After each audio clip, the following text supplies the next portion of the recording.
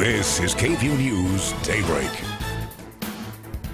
An emotionally charged baseball game in Washington, D.C. this morning, the condition of the congressman who was shot and the new information we know about the suspect. And President Trump taking his frustration right to social media, what he's now saying about the Russian investigation. And if you've been outside lately, and who hasn't, well, you know it's hot. The new app that could help you find the best places to cool off this summer.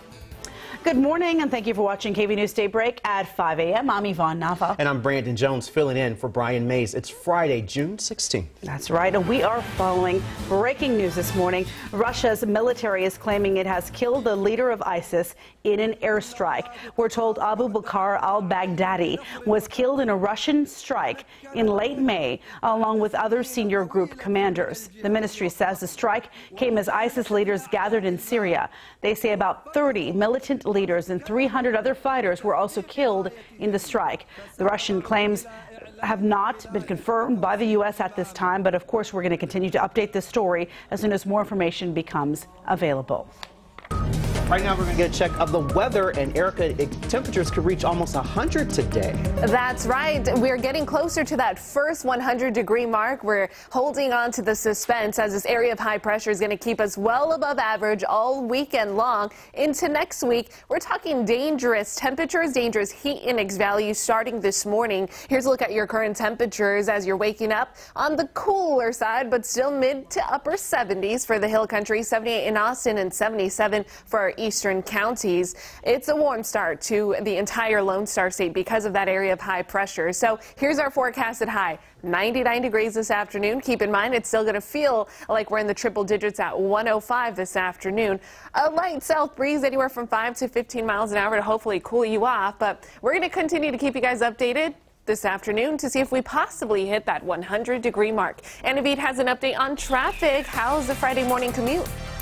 Well, pretty easy. Good Friday morning to everybody out there. This is a live look at US 183 at McNeil Drive. You can see here that traffic is flowing quite nicely. This is now 290 at Mopac traveling northbound and southbound. So you can see traffic is flowing pretty nicely this morning. Let's go ahead and talk about those drive times. Mopac southbound 45 to downtown, a 15-minute commute, 4 minutes 22:22 to Cesar Chavez. All right, guys, back to you at the desk. Thank you, Annaveed. 502, a North Austin family was without a home this morning after an overnight fire. It happened around 1 last night near North Lamar and Runberg Lane.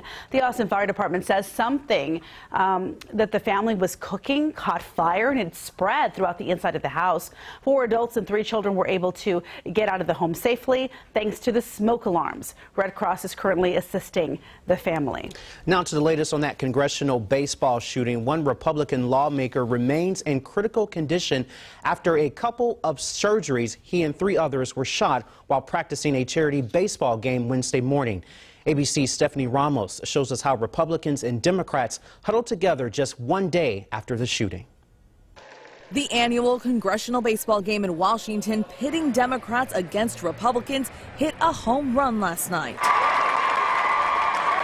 The first pitch thrown by Capitol Police Officer David Bailey. He was hit by gunfire Wednesday morning when 66-year-old James Hodgkinson started shooting at Republican congressmen and staff gearing up for batting practice at a ballpark in Alexandria, Virginia.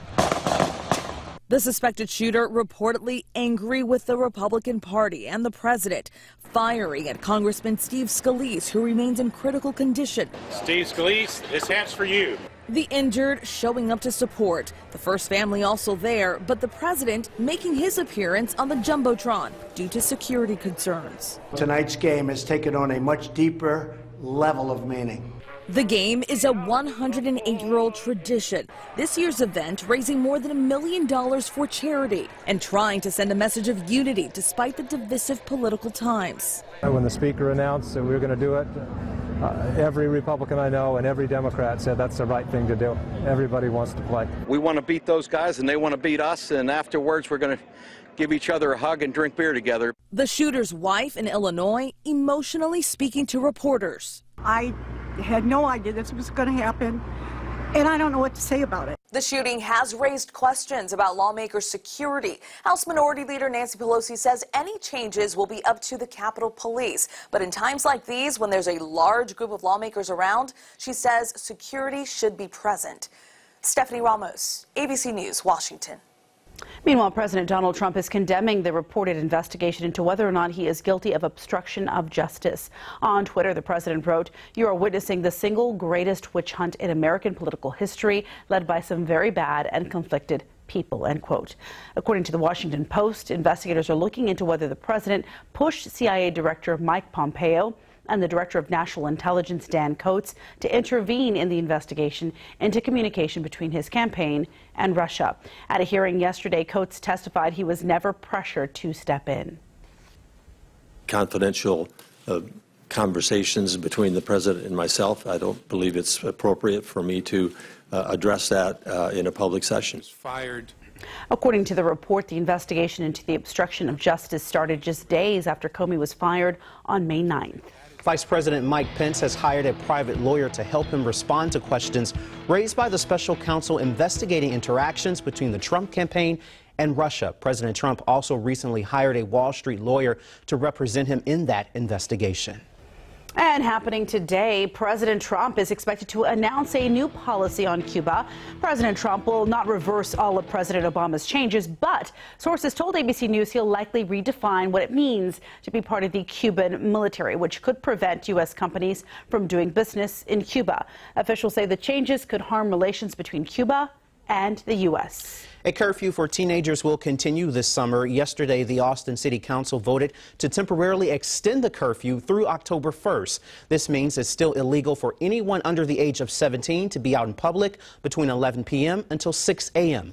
Many wanted to eliminate the curfew, like City Councilmember Greg Kassar. He says, quote, "The Austin Juvenile Curfew Ordinance targets harmless behavior, wastes scarce public safety resources, and harms young people of color." The council decided to eliminate the daytime curfew between 9 a.m. and 2:30 p.m. on school days. 5:06 is your time, and when life gives you lemons, you take them to the city council so that you can sell lemonade. Yesterday, the city council gave preliminary approval to a resolution which gets rid of the fee and application process for kids operating stands here in Austin.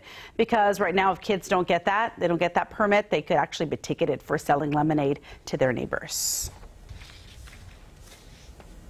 Divisive political climate, I just thought it would be nice to have a little levity and be a little funny and have something hopefully that everybody could agree on. Any objection to that? Well, the Public Health Department is now working on creating a formal policy to not require any permits for children's neighborhood beverage stands. The Austin City Council has approved a plan to limit how many days people can party at 3 major parks. This means no new events can be scheduled at Zilker Park, Auditorium Shores, and Fiesta Gardens. It's supposed to create a balance between popular events like ACL and the public's free use of the parks there. An Austin man is in jail this morning accused of shooting a cyclist for no reason. According to police, on June 7th, Merrick Isaacs got into a fight with his girlfriend. A witness told police Isaacs stated that he wanted to shoot or kill someone, and he was forced by Isaacs to drive around Southeast Austin. The witness says Isaacs pointed the gun out of the car window and shot that cyclist. That cyclist had serious injuries to his back, shoulder, and head. Well, the Wimberley community is continuing its efforts to help a local business rebuild. A fire destroyed the Cypress Creek Cafe last month. Officials say the fire caused more than $750,000 in damage. They'll be holding a From the Ashes benefit concert tomorrow. It'll take place at the Waters Point in Wimberley from 11 a.m. to 8 p.m. So far, the lineup includes artists such as the Michael James Band, Kevin Welch, and Billy Crockett. Tickets cost $15 at the gate or $10 online. So we're wondering, what's the weather going to be like tomorrow for that big concert? Boy, is it going to be a warm one. And for those folks who have lots of outdoor plans this upcoming weekend and wanted to talk about some safety tips, first things first, with those tips here, make sure to try to limit your time outside this weekend. We're talking AC, buildings with AC would be the best idea. Also, lots of water if you are out and about. If you have to work or enjoy outdoor activities, just make sure to take some frequent breaks out there. And also, don't forget to check on your loved ones and also your pets. If it's hot for you, it's hot for them also. Let's talk about your hour-by-hour forecast. This is your forecasted high today. Now, I want you to focus in on the south and western part of the nation, from Southern California to Texas. Close to 100 degrees for us here in Austin. Check out the highs for Saturday in Phoenix, 108. It's just going to get warmer from there on Sunday. Daytime highs with excessive heat warnings already in place for the weekend for Southern California, Arizona, parts of New Mexico, Austin. Close to 100 degrees for us. So today actually might be our first 100-degree mark. Our forecasted high is 99. You factor in the humidity, though, it's going to feel like 105, not only today, but into this Father's Day weekend. Lots of warm temperatures out there. So again, just stay cool, stay hydrated. Take your time if you have any outdoor plans. Guys, back to you. All right, thank you so much, Erica. Well, before heading out to the Greenbelt to hike or swim, it's nice to know if there's any water to actually swim in. That's why a recent UT grad created an app last month that tells you which swimming holes have water. It's called Greenbelt Now, and it uses data from United States Geological Survey water gauges to determine water level and flow. The site then tells you whether the level and flow are safe.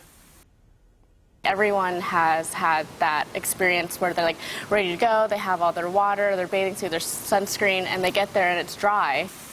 The developer says her next step is to connect the locations to Google Maps.